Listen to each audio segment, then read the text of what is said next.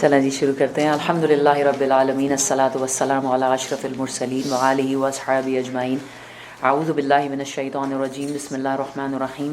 رب اشرح لی صدری ویسر لی امری واحلل عقدۃ من لسانی یفقهوا قولی واجعل لی وزیرا من اہلی رب زدنی علما رب یسر ولا تعسر وتمم بالخیر. اللهم لا سهل الا ما جعلته سهلا وانت تجعل الحزن سهلا اذا شئت. الحمدللہ آج ہم نے اپنا 10واں سپارہ شروع کرنا ہے سورہ الانفال کی آیت نمبر 41 سے انشاءاللہ تعالیٰ العظیم. اور سورہ الانفال جیسے کہ ہم پہلے سے ڈسکس کر چکے ہیں کہ یہ جنگ بدر کے اوپر تبصرہ ہے. جنگ بدر کے بعد نازل ہوئی تھی اور موسٹلی یہ مال غنیمت کے اوپر ہی ہے. اور مال غنیمت جو ہے اب انشاءاللہ تعالیٰ جو اس کی آ رہی ہے ڈویژن کہ کیسے ہوگی مال غنیمت کی ڈویژن وہ بھی ہے انشاءاللہ تعالیٰ العظیم. اس سے پہلے ہمیں ایک بات ذہن میں رکھنی چاہیے کہ جیسے کہ آپ کو معلوم ہے کہ اللہ سبحانہ تعالیٰ نے دین جو ہے وہ ہر نبی کو ایک ہی دے کے بھیجا تھا لیکن شریعتیں مختلف تھیں. اسی طرح رسول اللہ صلی اللہ علیہ وسلم کی شریعت سے پہلے کی شریعتوں میں مال غنیمت حلال نہیں تھا. nobody was allowed to take مال غنیمت. جنگ ہوتی تھی, بہت ساری جنگوں کا ذکر ہے پرانے میں ہم نے پڑھا ہوا ہے الحمدللہ, لیکن اس میں مال غنیمت لینا الاؤڈ نہیں تھا. رسول اللہ صلی اللہ علیہ وسلم کی شریعت میں خاص طور پہ اللہ سبحانہ تعالیٰ نے اس کو الاؤڈ کیا تھا. اور بہت ساری چیزیں جو پہلی شریعتوں میں جائز نہیں تھیں اور رسول اللہ صلی اللہ علیہ وسلم کو خاص طور پہ تحفے کے طور پر ملی تھی جو ان کی شریعت میں جائز تھیں اور حلال تھیں. ان میں سے ایک مال غنیمت بھی ہے. اعوذ باللہ من الشیطان الرجیم. وَاعْلَمُوا أَنَّمَا غَنِمْتُم مِّن شَيْءٍ فَأَنَّ لِلَّهِ خُمُسَهُ ان کنتم آمنتم باللہ وما انزلنا علی عبدنا یوم الفرقان یوم التقى الجمعان واللہ علی کل شیء قدیر. وعلموا اور خوب جان لو اور تمہیں معلوم ہونا چاہیے کہ جو کچھ مال غنیمت تم نے حاصل کیا ہے اس کا 5واں حصہ, یعنی مال غنیمت کی جو ڈویژن ہوتی تھی اور رسول اللہ صلی اللہ علیہ وسلم کی شریعت میں اور ابھی بھی یہی ڈویژن ہے اس کی کہ جتنی مال غنیمت آئے یہ نہیں ہوتا تھا جیسے کہ اسلام سے پہلے جو جنگیں ہوا کرتی تھیں یا اور بھی جنگوں میں یہی رول ہے کہ جس کے ہاتھ میں جو آیا وہ اسی کا ہے. کسی کو تلوار ملی, کسی کو گھوڑا ملا. ہوتا یہ تھا کہ کچھ لوگ لڑ رہے ہوتے تھے اور کچھ لوگ صرف مال غنیمت لوٹ رہے ہوتے تھے. تو ان کا کیا قصور ہے کہ جو لڑ رہے, پھر ظاہر ان کو تو نہیں ملا کرتا تھا. تو رسول اللہ صلی اللہ علیہ وسلم نے اس کا پورا ایک نظام بنایا جو قرآن نے ہی دیا تھا کہ مال غنیمت میں آپ کو ایک سوئی تک ملے, ایک دھاگا, ایک رومال تک ملے تو وہ بھی لا کر سب سے پہلے جمع کراؤ. پورا مال غنیمت ایک جگہ پہ اکٹھا ہوتا تھا, پھر اس کی تقسیم ہوتی تھی. تو وہ تقسیم یہاں پہ بتائی گئی ہے کہ کیا ہے. اور تمہیں معلوم ہونا چاہیے کہ جو کچھ مال غنیمت تم نے حاصل کیا اس کا 5واں حصہ اللہ اور اس کے رسول صلی اللہ علیہ وآلہ وسلم نمبر 1, اس کا جو 5واں حصہ اس میں سے یعنی 5واں حصہ تو پہلے الگ کر دیا جائے گا, وہ اللہ اور اس کے رسول کا ہے. اللہ کا تو ظاہر برکت کے لیے ایسے نام رکھا ہے, یعنی رسول اللہ صلی اللہ علیہ وسلم کا اس میں سے خرچہ چلے گا. جیسے کچھ عرصہ پہلے بھی کسی نے مجھ سے پوچھا تھا کہ رسول اللہ صلی اللہ علیہ وسلم کا ذریعہ معاش کیا تھا. آپ کو معلوم ہے کہ اسلام آنے سے پہلے رسول اللہ صلی اللہ علیہ وسلم جو ہیں وہ بکریاں چرایا کرتے تھے اور اس کے بعد وہ تجارت کیا کرتے تھے اور بڑے یعنی he was a very successful tradesman. اس کے بعد جب حضرت خدیجہ سے ان کی شادی ہوئی اور اسلام مطلب اسی طرح وہ ٹریڈنگ کرتے رہے, لیکن پھر اسلام آنے کے بعد حضرت خدیجہ نے اپنا سارا مال جو ہے رسول اللہ صلی اللہ علیہ وسلم کے قدموں میں ڈال دیا تھا. تو اسی سے رسول اللہ صلی اللہ علیہ وسلم کا خرچہ چلتا تھا اور رسول اللہ صلی اللہ علیہ وسلم نے ویسے بھی میجورٹی آف دا ویلتھ جو تھی وہ اللہ کے کاموں میں ہی لگا دی تھی. اس کے بعد جب مدینہ تشریف لائے ہیں تو وہاں سے جو ہے رسول اللہ صلی اللہ علیہ وسلم کا خرچہ جو ہے وہ مال غنیمت کے اوپر ہی چلتا تھا. الحمدللہ اتنی یعنی کہ ایک تو لوگ آ کے بہت زیادہ مال غنیمت جو کہ بیت المال تھا اس میں بھی ڈونیٹ کیا کرتے تھے, اس میں بہت زیادہ بھر جاتا تھا مال. اور ظاہر ہے کہ رسول اللہ صلی اللہ علیہ وسلم کے اہل کے لیے وہی سب کچھ تھا. اس کے علاوہ جو انبیاء ہوتے ہیں ان کی وراثت نہیں ہوتی. دس از ویری امپورٹنٹ تھنگ کہ کیونکہ خود ان کی کوئی اپنی ذریعہ معاش نہیں ہوتا, ان کا کوئی اپنا یعنی خاص طور پر جیسے رسول اللہ صلی اللہ علیہ وسلم کا تھا تو ان کی کوئی وراثت بھی نہیں ہوتی. جو مال آتا تھا وہ یوز کے لیے ہوتا تھا اور پھر اسی طرح وہ غریبوں میں بعد میں تقسیم کر دیا جاتا تھا. تو اس کا 5واں حصہ اللہ اور اس کے رسول اور رشتہ داروں اور یتیموں اور مسکینوں اور مسافروں کے لیے ہیں. بیسکلی باقی جو بچا ہے وہ چیریٹی کے لیے. اور اگر تم ایمان لائے ہو اور جو باقی 4 حصے بچیں گے وہ پوری کی پوری فوج میں ڈیوائیڈ ہوا کریں گے. اگر تم ایمان لائے ہو اور اللہ اور اس چیز پر جو فیصلے کے روز یعنی دونوں فوجوں کی مڈ بھیڑ یعنی کہ جب دونوں فوجیں آپس میں ٹکرائی تھی اس کے دن ہم نے اپنے بندے پر نازل کی تھی تو یہ حصہ بخوشی ادا کرو, اللہ اور ہر چیز پر قادر ہے. یعنی کہ جو فتح تھی وہ اللہ کی طرف سے تھی. تو مطلب اس میں اب کیا آپ کو کوئی ریزرویشن نہیں ہونی چاہیے کہ آپ 5واں حصہ اللہ کے لیے ڈونیٹ کر دو. یاد کرو وہ وقت جب کہ تم وادی کے اس جانب تھے اور وہ دوسری جانب پڑاؤ ڈالے ہوئے تھے. اب جو جنگ بدر کی پوری جنگ ایون اس کا جو انکیمپمنٹ ہے اس کی جہاں رسول اللہ صلی اللہ علیہ وسلم نے اپنا یعنی اپنا خاص طور پہ وہاں پہ ہیڈ کوارٹر بنایا تھا اور اس کی کس طرح اللہ سبحانہ تعالیٰ نے اس کی پلاننگ کی تھی وہ it is all amazing. Not only the difference of the people, difference of the army, number of the armies, لیکن اس کے اندر جو پوری کی پوری جنگ ہے فرام اے ٹو زی جو ہے وہ اٹ واز اے میریکل، کہ کہاں اللہ سبحانہ تعالیٰ نے مسلمانوں کو ایسی جگہ پہ انکیمپ کرایا کہ جب بارش ہوئی تو وہ جگہ بالکل صاف ستھری ہو گئی، وہاں پہ یعنی پاؤں جم گئے and they were having a firm ground there. اور دوسری طرف جو کفار جہاں پر تھے، جب وہاں بارش ہوئی تو ساری زمین دلدلی ہو گئی، ان کے پاؤں پھسلنے لگے وہ بیچارے، یعنی it was all Allah's planning. تو اللہ تعالیٰ کہہ رہے ہیں کہ یاد کرو کہ جب وہ اس طرف تھے اور تم اس طرف تھے اور قافلہ تم سے نیچے ساحل کی طرف تھا، اور اگر کہیں پہلے سے تمہارے اور ان کے درمیان مقابلے کی قرارداد ہو چکتی تو تم ضرور اس موقع پر پہلو تہی کر جاتے. یعنی اگر یہ جنگ پلاننگ سے ہوتی تو شاید مسلمان نہ لڑ سکتے، کیونکہ ایک تو نمبر 1 سب سے پہلی جنگ تھی، نمبر 2 مسلمان اتنی تعداد میں ہی نہیں تھے کہ لڑ سکتے، ان کی کوئی اتنی پریپریشن ہی نہیں تھی. لیکن اللہ نے ایسی پلاننگ کی کہ وہ مسلمان سامنے آ کے کھڑے گئے and they had no way out but to fight. تو تم ضرور اسے پہلو تہی کر جاتے. لیکن جو کچھ پیش آیا وہ اس لیے تھا کہ جس بات کا فیصلہ اللہ کر چکا تھا اسے ظہور میں لے آئے، تاکہ جسے ہلاک ہونا ہے وہ دلیل روشن کے ساتھ ہلاک ہو، اور جسے زندہ رہنا ہے وہ دلیل روشن کے ساتھ زندہ رہے. یقیناً خدا سننے اور جاننے والا ہے. اور یاد کرو وہ وقت جب کہ اے نبی صلی اللہ علیہ وآلہ وسلم خدا ان کو تمہارے خواب میں تھوڑا دکھا رہا تھا، اور اگر کہیں وہ تمہیں ان کی تعداد زیادہ دکھا دیتا، یعنی جتنے وہ تھے اصل میں 1000 against 313، تو ضرور تم لوگ ہمت ہار جاتے اور لڑائی کے معاملے میں جھگڑا شروع کر دیتے. لیکن اللہ ہی نے اسے تمہیں بچایا، یقیناً وہ سینوں کا حال تک جانتا ہے. ایک اور جو میریکل اس جنگ میں ہوا تھا وہ یہ ہوا تھا کہ اللہ سبحانہ و تعالیٰ نے دونوں فوجوں کو ایک دوسرے کو اپنے نمبر سے ڈبل دکھایا، اپنے نمبر سے ڈبل دکھایا. مثلا مسلمان جو تھے وہ کتنے تھے؟ 313. ان کو وہ نظر کتنے آ رہے تھے؟ 616، اپنے سے ڈبل. اور کافر کتنے تھے؟ 1000. ان کو مسلمان کتنے نظر آ رہے تھے؟ 2000. تو آپ سوچیں کہ مسلمانوں کو تو لگا کہ 616 ہے، کوئی مسئلہ ہی نہیں ہے، ان کو تعداد کم نظر آ رہی تھی، اور ان کو لگ رہا تھا کہ 2000 ہے. تو ان کے دل میں پہلے ہی روب بیٹھنا شروع ہو گیا، اور انہوں نے کہا اتنے سارے لوگ یہ کہاں سے اکٹھے کر کے لے آئے. خواب میں تھوڑا دکھا رہا تھا، اگر کہیں وہ تمہیں ان کی تعداد زیادہ دکھاتا تو تم ضرور ہمت ہار جاتے. اور یاد کرو جب کہ مقابلے کے وقت خدا نے تم لوگوں کی نگاہوں میں دشمنوں کو تھوڑا دکھایا اور ان کی نگاہ میں تمہیں کم کر کے پیش کیا، تاکہ جو بات ہونی تھی اسے اللہ ظہور میں لے آئے. اور آخرکار سارے معاملات اللہ ہی کی طرف رجوع کرتے ہیں. اے ایمان والو، جب کسی گروہ سے تمہارا مقابلہ ہو تو ثابت قدم رہو. اب جب جنگ ہو جائے تو کیا کرنا چاہیے؟ اور یہ جنگ صرف میدان جنگ میں نہیں ہے، جب کبھی آپ کا کسی کے ساتھ یعنی ویسے بھی معاملہ ہو as a Muslim nation, as a قوم، as a community, as a group, as a جماعت یا ایز اے آرگنائزیشن، تو آپ کو دوسروں کے ساتھ معاملہ کرنے کے لیے کیا کرنے چاہیے؟ کیونکہ الحمدللہ یہ بات ہم بڑی دفعہ کر چکے ہیں کہ اب کوئی یعنی ہمارے اوپر کوئی ایسی جنگیں مسلط ہونے والی نہیں ہے. حالانکہ اس کے لیے تیاری کرنا یا اس کے لیے آرزو کرنا شہادت کی، ظاہر ہے کہ یہ دین کا حصہ ہے، لیکن ایسی کوئی جنگ ہونے والی نہیں ہے. اور میں نے بتایا تھا اگر ہوئے گی بھی تو کوئی آپ کو نہیں بلانے والا، تو اس لیے جسٹ ریسٹ ایشورڈ. تو لیکن یہ کہ یہ جو چیزیں سکھائی جاتی ہیں یہ ڈیلی معاملات کے لیے. ہماری جنگ بدر و احد جو ہے وہ روز ہوتی ہے ہمارے ساتھ.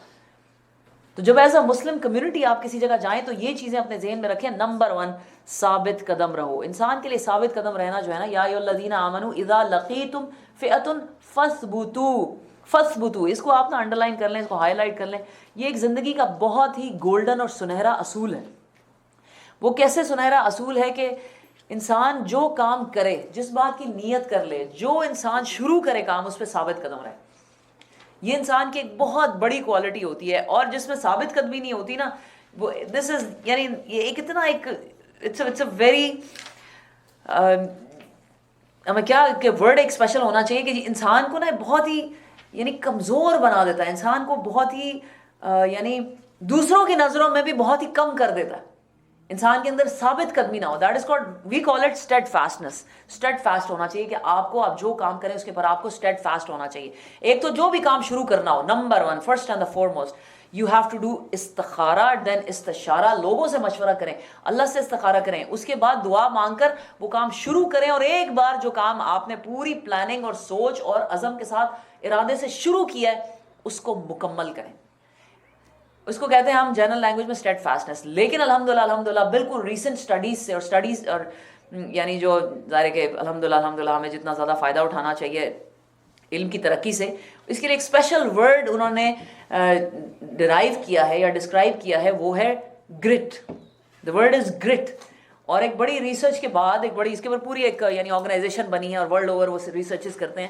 وہ یہ کہتے ہیں کہ ہم نے جا کے آرمی کے اسکولوں میں، ایئر فورس میں، آفیسز میں، ہائی اسکولز میں، یونیورسٹیز میں دنیا کے کامیاب ترین لوگوں کی ہم نے اوپر ریسرچ کی کہ دنیا کے کامیاب ترین لوگوں میں کیا چیز کامن ہے. Are they all intelligent, are they all smart, are they all sharp, what is the quality that they have in common. تو کہتے ہیں جو سب سے بڑی کوالٹی جو ان سب میں کامن نکلی تھی وہ that is grit. They don't give up. کیونکہ زندگی میں ہمیشہ آپ آزمائے جائیں گے. آپ جو کام شروع کرتے ہیں نا اس کے اندر انسان کو سستی, کاہلی, شیطان روکتا ہے اور بڑے گئی, اس کا کوئی فائدہ ہی نہیں ہو رہا اور اس کا کوئی رزلٹ ہی نہیں نکل رہا. اور انسان کیونکہ اتنا شارٹ سائٹڈ ہے کہ ہمیں فوری رزلٹ ہر چیز کا چاہیے ہوتا ہے. جب رزلٹ نہیں نکلتا تو ہم چیزیں چھوڑنے لگتے ہیں کام. اور یہ سبحان اللہ یہ نہیں ہے کہ کوئی بہت بڑا کوئی سائنسدان ہی ہو تو یہ کام کر رہا ہو, یا کسی فیس بک کا CEO ہو تو اس کے بارے میں. یہ even as a house wives بھی ہم دیکھیں, ہم کوئی کام شروع کرتے ہیں, کسی چیز پہ جوائن کرتے ہیں, کوئی جگہ ایون اپنے یعنی اگر ہم کسی کے لیے کوئی چیریٹی ورک بھی شروع کرتے ہیں, یا ایون لیٹس سے کہ کوئی اپنی فیملی میں کوئی چھوٹا سا دعویٰ ہی شروع کرتے ہیں, تھوڑی دیر کے بعد ہمیں لگتا ہے اسے کوئی فائدہ ہی نہیں ہے, کچھ بھی نہیں ہو رہا, نہیں کوئی آتا ہی نہیں ہے نا, میں تو کتنی دفعہ کروں. And then we give up, we lose heart. یہی وقت ہوتا ہے جب آپ کو فَثْبُتُوا, آپ کو ثابت قدم رہنا ہوتا ہے. اگر آپ اس مرحلے سے نکل جاتے ہیں نا کامیاب ہو کر, تو پھر آپ کامیاب ضرور ہوتے ہیں. یہ اللہ کا وعدہ ہے آپ سے. اس طرح نہیں ہے کہ دنیا میں جو بھی شروع ہوا کام تو وہ پہلے دن سے ہی اس کو ترقیاں ملنی شروع ہو گئیں. نامی کوئی بغیر مشقت نہیں ہوا, 100 بار جب عقیق کٹا تب نگیں ہوا.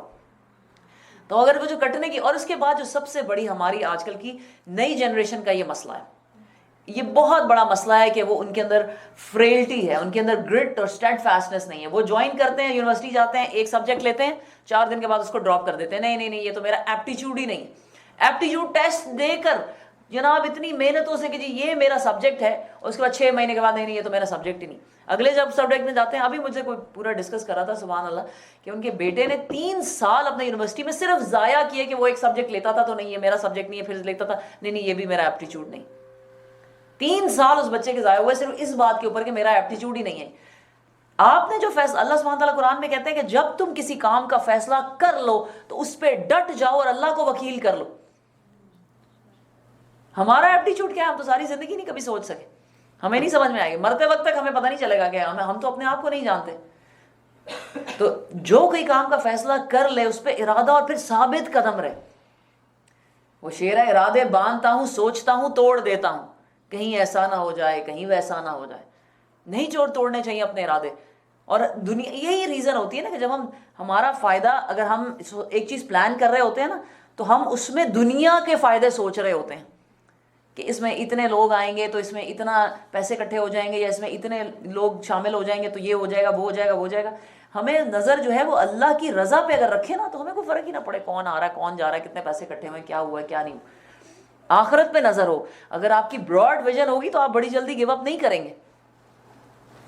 تو کیا نمبر 1 ثابت قدم رہو اور اللہ کو کثرت سے یاد کرو. نمبر 2 جو بھی کام آپ کریں اس میں ذکر زیادہ سے زیادہ ہو. ذکر زیادہ سے زیادہ ہو جب بھی آپ کو اسپیشلی کوئی بڑا کام شروع کریں. دس از ویری امپورٹنٹ. ہم کیا کرتے ہیں, ہماری ساری نظر جو ہے وہ ریسورسز کے اوپر آ جاتی ہے. اچھا جی یہ پیسے بھی پورے ہونے چاہیے اور یہ سسٹم بھی صحیح ہونا چاہیے اور فلانی چیز بھی اچھی ہونی چاہیے اور ہر چیز وینیو بھی ٹھیک ہو, مینیو بھی ٹھیک ہو, ہر چیز. اور دعائیں اور ذکر جو ہے وہ تو کبھی کبھی ایسا ہوتا ہے کہ کسی کام کی پلاننگ میں نماز تک چھوڑ دیتے, حالانکہ کرنا اللہ نے ہوتا. نمبر 3 کیا ہے, اللہ اور اس کے رسول کی اطاعت کرو. کوئی کام ایسا نہ ہو بیچ میں کہ جس میں آپ اللہ اور اس کے رسول کی نافرمانی ہو جائے. اور آپس میں نہ جھگڑو, آپس میں کوئی بھی آپ کا اختلاف ہو تو اس کو چھوڑ دینا چاہیے. رسول اللہ صلی اللہ علیہ وسلم نے کہا کہ جو حق پر ہوتے ہوئے جھگڑا چھوڑ دیں. ہم تو کہتے ہیں نا میں تو صحیح بات پہ ہوں, I am on the right, میں کیسے ہار مان لوں یا میں کیسے جھگڑا چھوڑ دوں. رسول اللہ صلی اللہ علیہ وسلم نے فرمایا جو حق پہ ہوتے ہوئے جھگڑا چھوڑ دے وہ جنت کے بیچوں بیچ مجھ سے اپنے مکان کا وعدہ لے لے. جھگڑا نہ کرو. اور نمبر 5 صبر سے کام لو. Let's just take the example of اب ہم لوگ سارے اس عمروں میں کہ ہمارے بچوں کی شادیاں ہونے والی ہیں, تو کسی شادی کی پلاننگ ہم کر رہے ہیں, ٹھیک ہے, اپنے بچوں کی پلاننگ کر رہے ہیں, تو ثابت قدم رہو. اب ایک جگہ پہ رشتہ ہو گیا الحمدللہ, بعد میں آپ کو کچھ فیل بھی ہو رہا ہے, دل نہیں بھی مان رہا, کوئی بھی مسئلے ہو رہے ہیں, ثابت قدم رہو, اللہ پہ چھوڑ دو. پہلے استشارہ پوری پلاننگ اچھی طرح سوچو, جلدی نہ کرو. لیکن اس کے بعد کیا کرو, اللہ کو کثرت سے یاد کرو, مسلسل دعائیں کرو, سب کام ٹھیک رہیں. اس کے بعد کیا کرو, کوئی کام آپ کی شادی کے دنوں میں اور ایسی آپ کی شادی کے فنکشنز میں ایسا نہ ہو جو اللہ اور اس کے رسول کی اطاعت کے خلاف ہو. ہمارا ہوتا کیا ہے، بچیوں کی شادیوں کی دعائیں مانگتے ہیں، اللہ جی بچی کی شادی ہو، رشتہ ہو، اور ہوتا کیا ہے جیسے ہی رشتہ ہوتا ہے شادی کی پلاننگ شروع ہوتی ہے، سارے کام اللہ کی ناپسند کی شروع ہو جاتے ہیں، سارے کے سارے کام. پھر ہم کہتے ہیں جی شادیوں میں برکت نہیں ہے، رشتوں میں برکت نہیں رہی، طلاقیں اتنی کیوں ہو رہی ہیں، یہ کیوں ہو رہا ہے، وہ کیوں ہو رہا ہے. اس کے بعد آپس میں نہ جھگڑو، محبتوں سے، درگزر سے. کبھی بھی دو انسان ایک دوسرے کے ساتھ بالکل ایک جیسے نہیں ہو سکتے کہ ان کے یعنی ایک ہی طرح وہ سوچیں، ایک ہی طرح کی بات کریں. That's not possible. کوئی بات غلط ہوئی ہے، کوئی جھگڑا ہو رہے ہیں، اس کو درگزر کرو اینڈ جسٹ موو آن. اس سے کیا ہوتا ہے، انسان کے اندر کمزوری پیدا ہوتی ہے. تمہاری ہوا اکھڑ جانے کا مطلب یہ کہ then you lose your patience, then you lose your یعنی آپ you start having cold feet. اس کے بعد صبر سے کام لو، یقیناً اللہ صبر کرنے والوں کے ساتھ ہے. اور ان لوگوں کے سے رنگ ڈھنگ نہ اختیار کرو جو اپنے گھروں سے اتراتے ہوئے اور لوگوں کو شان دکھاتے ہوئے نکلے. یہ کون تھے؟ قریش تھے. جب یہ جنگ کے لیے آ رہے تھے تو یہ ایسے نکلے تھے، اور جن کی روش یہ ہے کہ اللہ کے راستے سے روکتے ہیں. جو کچھ وہ کر رہے ہیں وہ اللہ کی گرفت سے باہر نہیں ہے. ذرا خیال کرو اس وقت کا جب کہ شیطان نے ان لوگوں کے کرتوت ان کی نگاہوں میں خوشنما بنا کر دکھائے تھے، اور ان سے کہا تھا کہ آج کوئی تم پر غالب نہیں آ سکتا، اور یہ کہ میں تمہارے ساتھ ہوں. مگر جب دونوں گروہوں کا آمنا سامنا ہوا تو وہ الٹے پاؤں پھر گیا اور کہنے لگا میرا تمہارا ساتھ نہیں ہے، میں جو کچھ دیکھ رہا ہوں وہ تم لوگ نہیں دیکھ رہے، مجھے خدا سے ڈر لگتا ہے، اور خدا بڑی سخت سزا دینے والا ہے. جبکہ منافقین اور وہ سب لوگ جن کے دلوں کو روگ لگا ہوا ہے کہہ رہے تھے کہ ان لوگوں کو تو ان کے دین نے خبط میں مبتلا کر دیا ہے. اب جو منافق تھے جب ان کو پتا چلا کہ 313,000 سے لڑنے گئے ہیں تو ایسی باتیں کرنے لگے. حالانکہ اگر کوئی اللہ پر بھروسہ کرے تو یقیناً اللہ بڑا زبردست اور دانا ہے.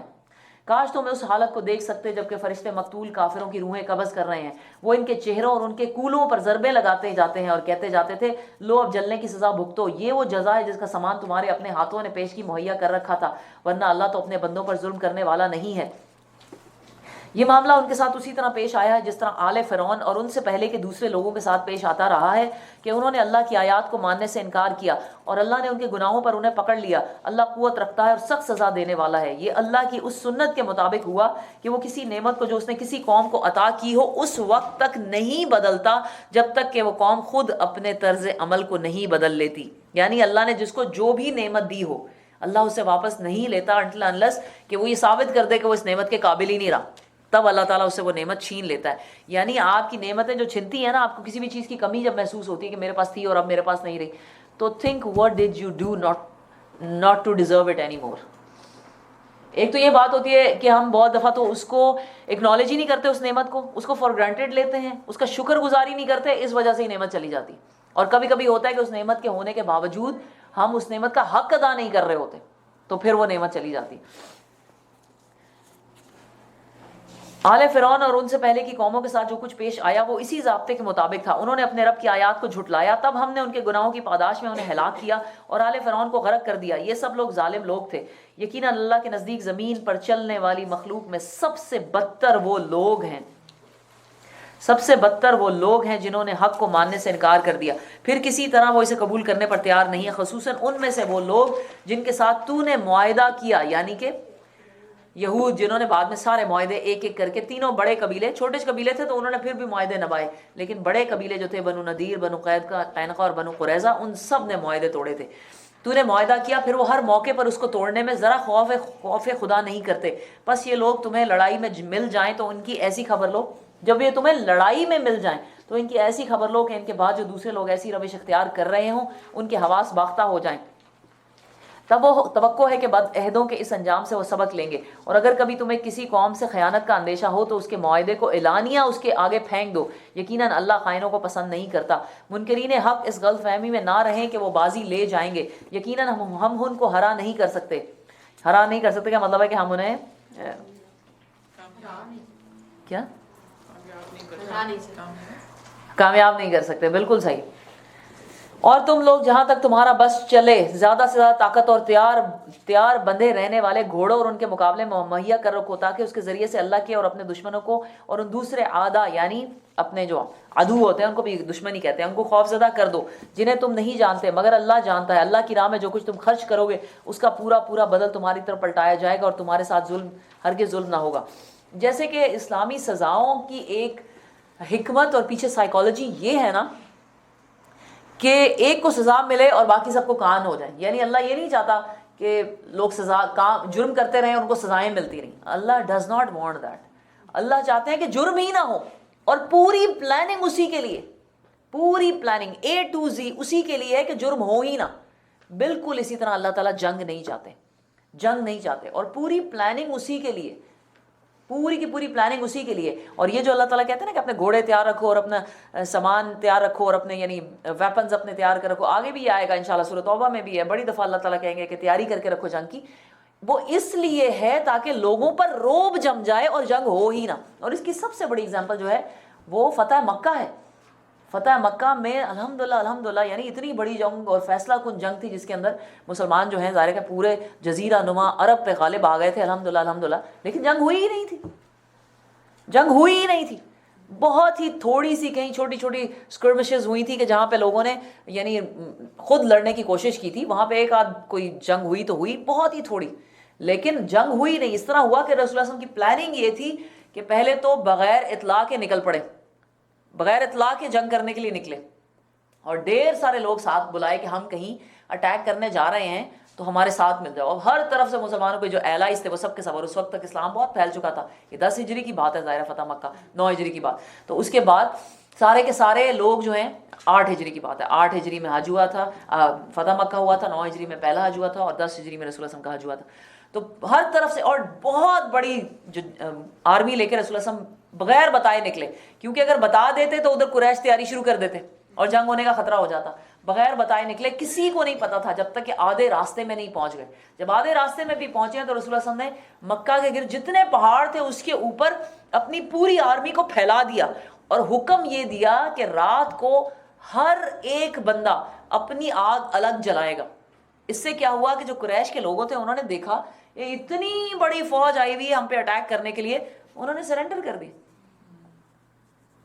تو اللہ تعالیٰ نہیں چاہتے کہ جنگ ہو، اللہ تعالیٰ چاہتے ہیں کہ امن سے اور بغیر لوگوں کو مارے، اور یہ سب چیزیں جو ہیں وہ یہی طریقہ، اسی لیے اللہ نے کہا کہ ان پر خوف طاری ہو، ورنہ چھپ چھپا کے جاؤ، سب کو مارو لوٹو اور بس ختم کر دو. اور اس کے بعد آپ سوچیں کہ جب انہوں نے سرنڈر کیا اور ابو سفیان آیا تھا صلح کا جب پیغام لے کر، تو رسول اللہ صلی اللہ علیہ وسلم نے کہا، اب جو اعلان ہوا تھا ابو سفیان کو جو پناہ دی، مطلب اس کو امان دی، تو کیا دی؟ جو ابو سفیان کے گھر میں گھس جائے وہ سیف ہے، جو خانہ کعبہ میں چلا جائے، حرم کی وسینٹی میں آ جائے وہ سیف ہے، جو عبادت میں اپنی لگا ہو وہ سیف ہے، جو اپنے گھر کا دروازہ بند کر لے وہ سیف ہے، جو سرنڈر کر دے وہ سیف ہے. یعنی in short everybody safe, صرف وہ نہیں ہے جو آگے سے لڑے گا، بس امن کا پورا پیغام. حالانکہ آپ سوچیں یہ جو فتح مکہ تھی نا، یہ دنیا کی تاریخ میں ایسی فتح کبھی نہیں ہوئی کہ جس کا جو سپہ سالار ہے، جس کا جو لیڈر ہے، وہ اتنا سر جھکا کر اپنی اونٹنی پہ ملک کے اندر داخل ہو، شہر جس میں اس نے اٹیک کیا ہے، جو اس کا مفتوح ملک ہے، اس کا کیپچرڈ کانکرڈ ملک یعنی شہر ہے مکہ، تو اتنا سر جھکا کے داخل ہوا کہ کہتے ہیں کہ رسول اللہ صلی اللہ علیہ وسلم کی جو پیشانی تھی وہ اونٹنی کے کوہان سے لگ رہی تھی، اتنا سر ان کا جھکا ہوا تھا، اور کہہ رہے تھے الیوم یوم المرحمہ، آج رحمت کا دن ہے، آج رحم کا دن ہے، سب کو معاف کر. اور کیا لا تثریب علیکم الیوم، ایک بندے سے بدلہ نہیں لیا. ایسی فتح. اور لوگ تو کیا، یہ قرآن میں بھی آیا کہ جب ایک بادشاہ جو ہے کسی ملک میں داخل ہوتا ہے تو اس ملک کے لوگوں کو تباہ کر دیتا ہے، ان کی عورتوں کی عزتوں کو ختم کرتا ہے، وہاں کے جانوروں کو مار چھوڑتا ہے، وہاں کی کھیتیاں اور درخت اور جنگل لوٹ لیتا ہے. لیکن رسول اللہ صلی اللہ علیہ وسلم کی ایسی فتح یعنی تاریخ میں ایسا کچھ نہیں ملتا. ایک بندہ نہ قید ہوا، نہ کسی کو پکڑا گیا، نہ کسی سے بدلہ لیا گیا. ہاں کچھ جو تھے وار کرمنلز، اور وہ بھی کوئی تقریباً کوئی 8 تھے، ان میں سے بھی کہتے ہیں 5 کو معاف کر دیا گیا، ان کو سزا صرف دی گئی تھی. Imagine that. اور یہ کتنا 23 سال کی وہ جنگ اور وہ ظلم تھا جو وہ مسلمانوں پہ کر رہے تھے. Isn't it amazing؟ تو یہ جو چیزیں لی گئی ہیں ہمیں ان پہ بڑا بہت، and when we say that Islam stands for peace, we have all the reasons to say that. اور آج کے زمانے میں جب لوگ کسی ملک میں جاتے ہیں، آپ ذرا ملکوں کو جا کے دیکھیں ان کا حشر کیا ہو گیا ہوگا.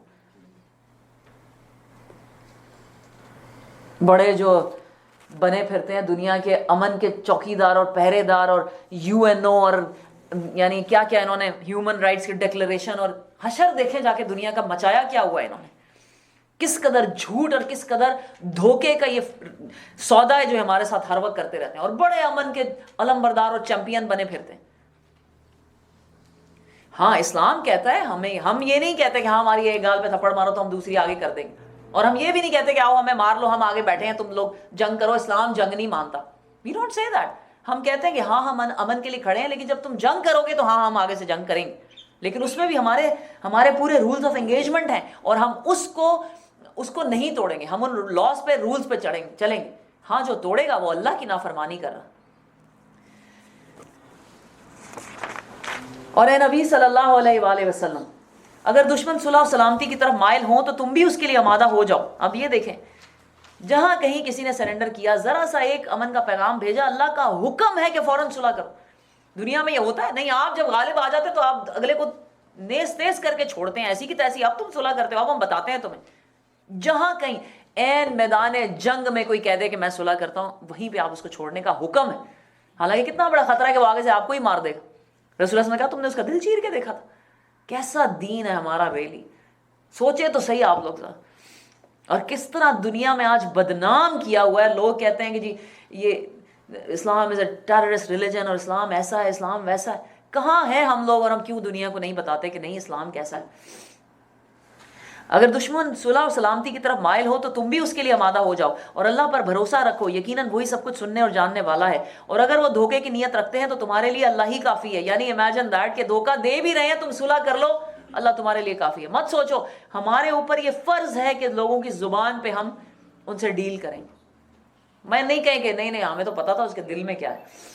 وہی سب کچھ سننے اور جاننے والا ہے. اور اگر وہ دھوکے کی نیت رکھتے ہیں تو اللہ تمہارے لیے کافی ہے. وہی تو ہے جس نے اپنی مدد سے اور مومنوں کے ذریعے سے تمہاری تائید کی، اور مومنوں کے دل ایک دوسرے کے ساتھ جوڑ دیے. تم روئے زمین کی ساری دولت بھی خرچ کر ڈالتے تو ان لوگوں کے دل نہ جوڑ سکتے تھے، مگر وہ اللہ ہے جس نے لوگوں کے دل جوڑے.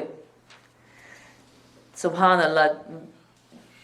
یعنی محبت جو ہوتی ہے کسی کے دل میں پیدا کرنا، یہ اللہ کی طرف سے ایک رزق ہے. جیسے دولت رزق ہے، عزت رزق ہے، شہرت رزق ہے، حکومت رزق ہے، محبت بھی ایک رزق ہے. رسول اللہ صلی اللہ علیہ وسلم نے فرمایا تھا کہ مجھے خدیجہ کی محبت کا رزق دیا گیا.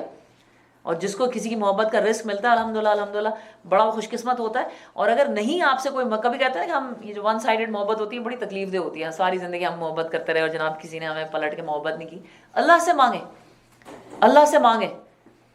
آپ اللہ سے محبت کریں گے تو اللہ آپ سے محبت کرے گا، اور جب اللہ آپ سے محبت کرے گا تو فرشتے آپ سے محبت کریں گے، اور وہ انسانوں کے دل میں آپ کی محبت خود بخود ڈال دیں گے. ہمارا ٹارگٹ غلط ہے. ہم جس کی محبت چاہتے ہوتے ہیں نا، ہم سب کچھ بھول کر اس کے پیچھے لگ جاتے ہیں کہ بس یہ کسی طرح ہم سے محبت کرے. اس طرح مانگنے سے محبتیں ملتی ہوتی نا تو بڑی آسان زندگی ہوتی. جس کی محبت چاہیے آپ اپنا معاملہ اللہ سے سیدھا کریں، اللہ تعالیٰ آپ کے سارے معاملے خود ہی سیدھے کر دے.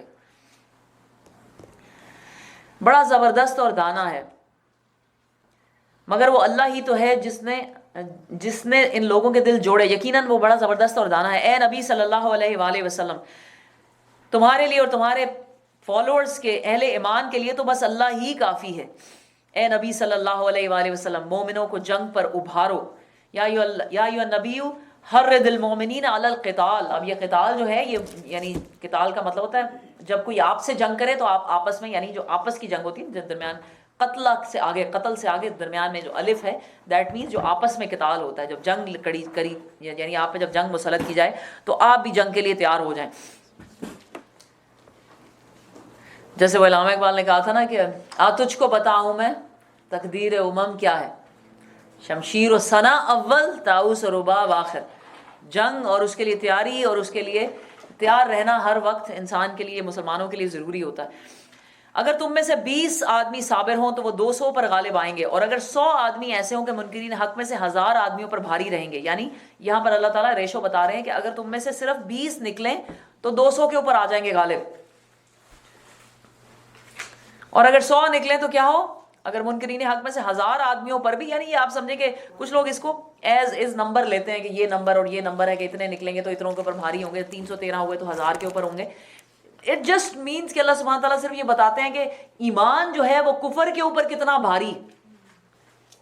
یہ بالکل ریشو، اس طرح نہیں ہے کہ یہ میتھ کا کوئی کیلکولیشن ہو رہی ہے کہ جناب اتنے نمبر نکلیں گے تو اتنے، یعنی کہ اگر وہاں سے اتنے کافر آ رہے ہیں تو ہمارے میں سے اتنے جائیں گے. دیٹ ڈز ناٹ مین، یعنی اس کا یہ مطلب نہیں. آپ اپنی پوری کوشش اور پوری محنت اور پوری ہمت سے لڑیں، جا کر سرنڈر نہ کریں، ہار مت مانیں. اللہ تعالیٰ آپ کو کامیابی دے دیں گے irrespective آف یور نمبر. یہ اس کا مطلب. اچھا اب اللہ نے تمہارا بوجھ ہلکا کیا اور اسے معلوم ہوا کہ ابھی تم میں کمزوری ہے، پس یعنی اور اگر مسلمان جو ہیں وہ کمزور ہوں اور ان میں اتنی ان میں ابھی یعنی جنگی تیاری نہیں ہے اور اتنا ایمان مضبوط نہیں ہے، تو پھر کتنا ریشو پرپورشن ہو جائے گا. اور پھر وہی بات ہے کہ just these are just numbers have been given just to let us know کہ ایمان جو ہے وہ کفر پہ بھاری ہے. اگر تم میں سے 100 آدمی صابر ہوں تو 200 پر، اور 1000 آدمی ہوں تو 2000 پر اللہ کے حکم سے غالب آئیں گے، اور اللہ ان لوگوں کے ساتھ ہے جو صبر کرنے والے ہیں. کافر ہے تو شمشیر پہ کرتا ہے بھروسہ، مومن ہے تو بے تیغ ہی لڑتا ہے سپاہی. اور جیسے جنگ بدر میں بہت سارے صحابہ کے پاس تلوار بھی نہیں تھی، لکڑی سے لڑ رہے تھے. امیجن دیٹ، ان کے پاس تلواریں تھیں اور زریں تھیں اور گھوڑے تھے اور کیا کیا، وہ پوری تیاری سے آئے تھے اور وہ آگے سے لکڑی سے لڑ رہے تھے اور پھر بھی جیت گئے. کسی نبی کے لیے زیبا نہیں ہے کہ اس کے پاس قیدی ہوں. اب یہاں پر کیا ہوا تھا کہ کیونکہ یہ پہلی جنگ تھی اسلام کی اور مسلمانوں کو پتہ نہیں تھا کہ کیا ہے رولز آف انگیجمنٹ، تو انہوں نے کیا کیا تھا، جیسے ہی وہ جنگ ہارنے لگے تھے نا، تو انہوں نے یعنی کہ جب وہ لڑ رہے تھے کافر آگے سے، تو مسلمانوں نے بجائے لڑنے کے ان کو پکڑ کے قید کرنا شروع کر دیا تھا اپنے فائدے کے لیے، کیونکہ پہلے زمانے میں یہی ہوتا تھا، قیدی بڑے قیمتی ہوتے تھے، تو مسلمانوں نے قیدی بنانے شروع کر دیے تھے. تو اللہ تعالیٰ کہتے ہیں کہ کسی نبی کے پاس یہ زیبا نہیں کہ اس کے پاس قیدی ہوں جب تک کہ وہ زمین میں دشمنوں کو اچھی طرح نہ کچلتے. یعنی جو کوئی آپ سے لڑ رہا ہے، یو شوڈ فائٹ ود ہم and not to go for ان کو قید کریں. تم لوگ دنیا کے فائدے چاہتے ہو، حالانکہ اللہ کے پیش نظر آخرت ہے اور اللہ غالب اور حکیم ہے. اگر اللہ کا نوشتہ پہلے نہ لکھ دیا چکا ہوتا تو جو کچھ تم لوگوں نے لیا اس کی بداش میں تم کو بڑی سزا دی جاتی. بس جو کچھ تم نے مال حاصل کیا ہے اسے کھاؤ کہ وہ حلال ہے اور پاک ہے، اور اللہ سے ڈرتے رہو، یقیناً اللہ درگزر کرنے والا اور رحم فرمانے والا ہے. اب جتنے قیدی آئے تھے 70 مارے گئے تھے، ان کے بڑے بڑے جو لیڈرز ہیں وہ مارے گئے تھے اور 70 ہی قید ہوئے تھے. اور ان قیدیوں میں آپ سوچیں رسول اللہ صلی اللہ علیہ وسلم کے اپنے داماد تھے ابو العاص، رسول اللہ صلی اللہ علیہ وسلم کے سگے چچا تھے حضرت عباس، یہ سب کافروں کی طرح اور کافروں کی طرف سے آئے تھے اور لڑ رہے تھے اور قید ہو گئے تھے. اور قیدیوں کے بارے میں یہ حکم آیا تھا بعد میں کہ الحمدللہ کہ سب قیدیوں کو فدیہ لے کر چھوڑ دیا جائے، اور اگر کسی کے پاس پیسے نہیں ہیں، کوئی غریب ہے پیسے نہیں دے سکتا، فدیہ نہیں دے سکتا، تو وہ 10 لوگوں کو پڑھا دے تو چھوڑ دیا جائے، یا کسی کی سفارش آ جائے یا کچھ ہو جائے. نہیں ایونچولی سارے کے سارے قیدیوں کو جو ہے چھوڑ دیا گیا تھا. بیچ میں سے بہت سارے جو ہے الحمدللہ وہ اسلام بھی قبول کر گئے تھے. اے نبی تم لوگوں کے قبضے میں جو قیدی ہیں ان سے کہو کہ اگر اللہ کو معلوم ہوا کہ تمہارے دلوں میں کچھ خیر ہے تو وہ تمہیں اس سے بڑھ چڑھ کر دے گا جو تم سے لے لیا گیا. یہ سوچے ذرا کہ قیدیوں کے لیے بھی اللہ تعالیٰ جو ہے ان کے دلوں کو اچھی بات پہنچا رہے ہیں، اور تمہاری خطائیں معاف کرے گا. اللہ درگزر فرمانے والا ہے اور رحم کرنے والا ہے. لیکن اگر وہ تیرے ساتھ خیانت کا ارادہ رکھتے ہیں تو اس سے پہلے وہ اللہ کے ساتھ خیانت کر چکے ہیں، چنانچہ اسی کی سزا اللہ نے انہیں دی ہے کہ وہ تیرے قابو میں آ گئے ہیں. اللہ سب کچھ جانتا ہے اور حکیم ہے. کسی بھی پرزنر آف وار کو قتل کرنا جائز نہیں ہے. امیجن دیٹ، نہ اس کو ٹارچر کرنا جائز ہے، نہ اس کو کسی بھی طریقے سے اس کے جسم اعضاء کاٹنا یا اس کو کسی بھی طرح سے. بلکہ پرزنرز آف وار تو آپ کو پتہ ہے کہ ان کو اپنے یہ جنگ بدر میں جو لوگ مسلمان ہو کر یعنی قیدی ہو کر آئے تھے اور بعد میں مسلمان ہوئے، انہوں نے حدیثوں میں لکھا ہوا ہے کہ ہمیں جن لوگوں کے حوالے کیا گیا تھا، یعنی کیا ہوا تھا، سارے مسجد نبوی میں نہیں بندھے ہوئے تھے، رسول اللہ صلی اللہ علیہ وسلم نے بھیج دیا تھا صحابہ کرام کے ساتھ. اور وہ کہتے ہیں کہ وہ خود پیدل چلتے تھے، ہمیں سواری پہ بٹھاتے تھے، خود یعنی کم کھانا کھاتے تھے، ہمیں پورا کھانا کھلاتے تھے کہ ہم تمہارے بارے میں ہم سے سوال ہو جائے گا. And it is all recorded, یہ سب حدیثوں میں لکھا ہو. اسلام جو پھیلا ہے آپ مجھے بتائیں وہ اس طرح نہیں پھیلا، کوئی ریزن تھی، انہوں نے دیکھا کہ کتنی خیر ہے اس دین کے اندر، تبھی لوگ مسلمان ہوئے اور میجورٹی میں ہوئے. کہا یہ جاتا ہے کہ وہ پہلے ہی مسلمان ہو چکے تھے لیکن انہوں نے اپنا ایمان دل میں چھپایا ہوا تھا، اور تو کافروں کی طرف سے جب لڑنے آئے تھے تو قید کر لیے گئے تھے. اس کے بارے میں 2 رائے ہیں، کچھ کہتے ہیں کہ اس کے بعد مسلمان ہو کر یہاں سے پھر مسلمان ہو کر گئے تھے، کچھ کہتے ہیں وہ پہلے سے ہی مسلمان ہو چکے ہوئے تھے. ادھر could be right and correct, لیکن الحمدللہ بعد میں مسلمان ہو گئے تھے. ابو العاص جو ہیں رسول اللہ صلی اللہ علیہ وسلم کے جو داماد ہیں، ان کی تو اتنی امیزنگ کہانی ہے، اٹس جسٹ امیزنگ. آپ لوگوں کو فرصت ملے تو ضرور. It is one of the best love stories in the world, hands down. یقین کریں حضرت زینب رضی اللہ عنہا اور ابو العاص ون آف دا بیسٹ. آپ بھول جائیں گے دنیا کے رومیو جولیٹ اور جتنی آپ نے فلمیں دیکھی ہیں love stories, it is one of the best love stories hands down الحمدللہ. ابو العاص AAS. تو وہ پھر وہ کافر ہی واپس گئے تھے سبحان اللہ، اور پھر وہاں جا کر انہوں نے اسلام قبول کیا تھا اور پھر وہ دوبارہ واپس آئے تھے مدینہ میں الحمدللہ. جن لوگوں نے ایمان، اچھا کیا ہے، ان سے یہ کہہ دو کہ اللہ تمہیں اس سے بڑھ کر دے دے گا اگر تمہارے پاس خیر ہوئی، لیکن اگر وہ تیرے ساتھ خیانت کا ارادہ رکھتے ہیں تو وہ پہلے ہی یہ کر چکے ہیں۔ جن لوگوں نے ایمان قبول کیا اور ہجرت کی اور اللہ کی راہ میں اپنی جانیں لڑائیں اور اپنے مال کھپائے، اور جن لوگوں نے ہجرت کرنے والوں کو جگہ دی اور ان کی مدد کی، وہی دراصل ایک دوسرے کے ولی ہیں۔ کون ہے؟ مہاجر اور انصار ایک دوسرے کے ولی ہیں۔ اور یہ جو کمال ایک دنیا میں لوگوں نے مثال دیکھی کہ کیسے انصار نے مہاجروں کو اپنایا، اٹس جسٹ امیزنگ کہ اپنے گھر والوں سے بڑھ کر انہوں نے اپنے مہاجر بھائیوں کو جو ہے، یہاں تک کہ آپ سوچیں اپنے پورا کا پورا مال لے آتے تھے اور کہتے تھے آدھا ہمارا آدھا تمہارا۔ اپنے باغوں میں کہتے تھے کہ اچھا یہ آدھا میرا پورا کا پورا آدھا باغ جو ہے تمہارا۔ رسول اللہ، اور وہ کہتے تھے کہ نہیں ہمیں صرف بازار کا راستہ دکھاؤ۔ رسول اللہ صلی اللہ علیہ وسلم کے پاس ہے اور کہا کہ یا رسول اللہ میں یہ اپنا سارا مال لے آیا ہوں، آپ میرے اور میرے مہاجر بھائی کے درمیان آدھا آدھا کر دیں۔ رسول اللہ نے کہا نہیں ایسے نہیں ہونا۔ رسول اللہ نے کہا کہ صرف تمہارا جو باغ ہے تم اس میں ان کو ایز اے امپلائی رکھ لو اور ان کو ان کا معاوضہ دیا کرو، یعنی انہیں جاب دے دو۔ اتنی محبت اللہ نے دلوں میں ڈالی، اور یہ انصار they were amazing people، پتہ نہیں یہ دنیا میں کہاں سے اور کس مٹی کے اتر کے آئے تھے۔ یہاں تک کہ مہاجر جو ہے رسول اللہ صلی اللہ علیہ وسلم کے پاس پہنچے اور کہتے ہیں یا رسول اللہ ہم نے دنیا میں ایسے لوگ نہ کبھی دیکھے نہ سنے۔ انصار کے بارے میں کہتے ہیں کہ جیسے یہ مدینے کے لوگ ہیں، انہوں نے ہم سے اتنا اچھا سلوک کیا ہے کہ یہ خود کم کھاتے ہیں، ہمیں زیادہ کھلاتے ہیں، خود یعنی جس حال میں رہتے ہیں ہمیں بڑھ چڑھ کے رکھتے ہیں، ہمیں ڈر ہے۔ مہاجر کہہ رہے ہیں وہ جو آپ سوچیں مکے میں 13 سال سے تکلیفیں اٹھاتے آئے ہیں، وہ کہتے ہیں یا رسول اللہ ہمیں ڈر ہے کہ ہمارا سارا اجر یہ لے جائیں گے۔ تو رسول اللہ صلی اللہ علیہ وسلم نے فرمایا کہ نہیں، تمہارا اجر تمہارے پاس ہی رہے گا جب تک تم ان کو شکریہ کرتے رہو گے اور ان کے لیے دعا کرتے رہو گے۔ یعنی اگر آپ نے کسی نے آپ پہ احسان کیا اور آپ نے اس کا شکریہ اور دعا نہیں کی تو کیا ہوگا؟ آپ کا اجر جانے کا خطرہ ہے۔ تو جب تک دعا ان کے لیے کرتے رہو گے اور ان کے شکر گزار رہو گے تو تمہارا اجر تمہارے پاس اور ان کا اجر ان کے پاس ہے انشاءاللہ تعالی العظیم۔ ایسے وہ لوگ تھے، انصار ور امیزنگ پیپل۔ رسول اللہ صلی اللہ علیہ وسلم نے ایک مرتبہ جنگ حنین کے بعد یہ کہا تھا، تھوڑی سا ڈسپیوٹ ہو گیا تھا مہاجر اور انصار کے بیچ میں، تو رسول اللہ صلی اللہ علیہ وسلم نے انصار کو الگ بلایا، اور بڑے ہی خوبصورت وہ واقعہ اور رسول اللہ صلی اللہ علیہ وسلم کے ڈائلاگ ہیں، اور انہوں نے فرمایا تھا کہ اگر پوری دنیا ایک راہ چلے اور انصار ایک راہ چلیں تو میں انصار کی راہ جاؤں گا۔ کوئی آسان کام نہیں کسی کو اپنے گھر میں جگہ دینا، اور ہم کسی کو دے بھی دیں، ٹھیک ہے، دے بھی دیں، اس کے ساتھ اپنی ہر چیز شیئر کر لینا، اتنی محبت اس سے دل میں رکھنا، اور پھر اس سے کوئی صلہ بھی نہ مانگنا۔ اور پھر آپ سوچیں ذرا کہ جب رسول اللہ صلی اللہ علیہ وسلم کی وفات ہوئی ہے تو انصار نے مانگی نہیں کہ ہمیں تو مدینے کے رہنے والے ہیں، ہمیں چاہیے حکومت، سلطنت اور خلافت، اب تو نبی نہیں رہے، ہمارا we deserve it, they didn't say that۔ مہاجروں کے پاس، یعنی اس کے بعد حضرت ابو بکر بنے، عمر بنے، عثمان، علی، سب کون تھے؟ مہاجر تھے۔ انصار، رسول اللہ صلی اللہ علیہ وسلم نے فرمایا تھا، انصار کو یہ بھی کہا تھا کہ تمہارے ساتھ فیوچر میں بڑی زیادتیاں ہوں گی، ثابت قدم رہنا یہاں تک کہ مجھ سے آ کر ملو کوثر کے اوپر۔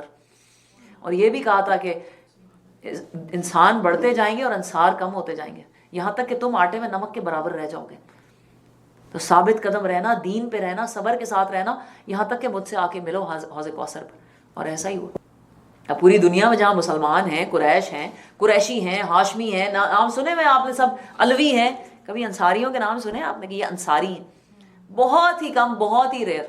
اور جن لوگوں نے ہجرت کرنے والوں کو جگہ دی اور ان کی مدد کی، وہی دراصل ایک دوسرے کے ولی ہیں۔ رہے وہ لوگ جو ایمان تو لائے مگر ہجرت کر کے دارالسلام میں نہیں آ گئے، تو ان سے تمہارا ولایت کا کوئی تعلق نہیں ہے جب تک کہ وہ ہجرت کر کے نہ آ جائیں۔ ہاں اگر وہ دین کے معاملے میں تم سے مدد مانگے تو ان کی مدد کرنا تم پر فرض ہے، لیکن ایسی کسی قوم کے خلاف نہیں ہے جس سے تمہارا معاہدہ ہو۔ تم جو کچھ کرتے ہو اللہ اسے دیکھتا ہے، جو لوگ منکر حق ہیں وہ ایک دوسرے کی حمایت کرتے ہیں، اگر تم یہ نہ کرو گے تو زمین میں فتنہ، بڑا فساد برپا ہوگا۔ جو لوگ ایمان لائے اور جنہوں نے اللہ کی راہ میں گھر بار چھوڑے اور جد و جہد کی، جنہوں نے پناہ دی اور مدد کی، وہی سچے مومن ہیں، ان کے لیے خطاؤں سے درگزر ہے اور بہترین رزق ہے۔ اور جو لوگ بعد میں ایمان لائے اور ہجرت کر کے آ گئے اور تمہارے ساتھ مل کر جد و جہد کرنے لگے، وہ بھی تمہیں میں شامل ہیں، مگر اللہ کی کتاب میں خون کے رشتہ دار جو ہیں وہ ایک دوسرے سے زیادہ حقدار ہیں۔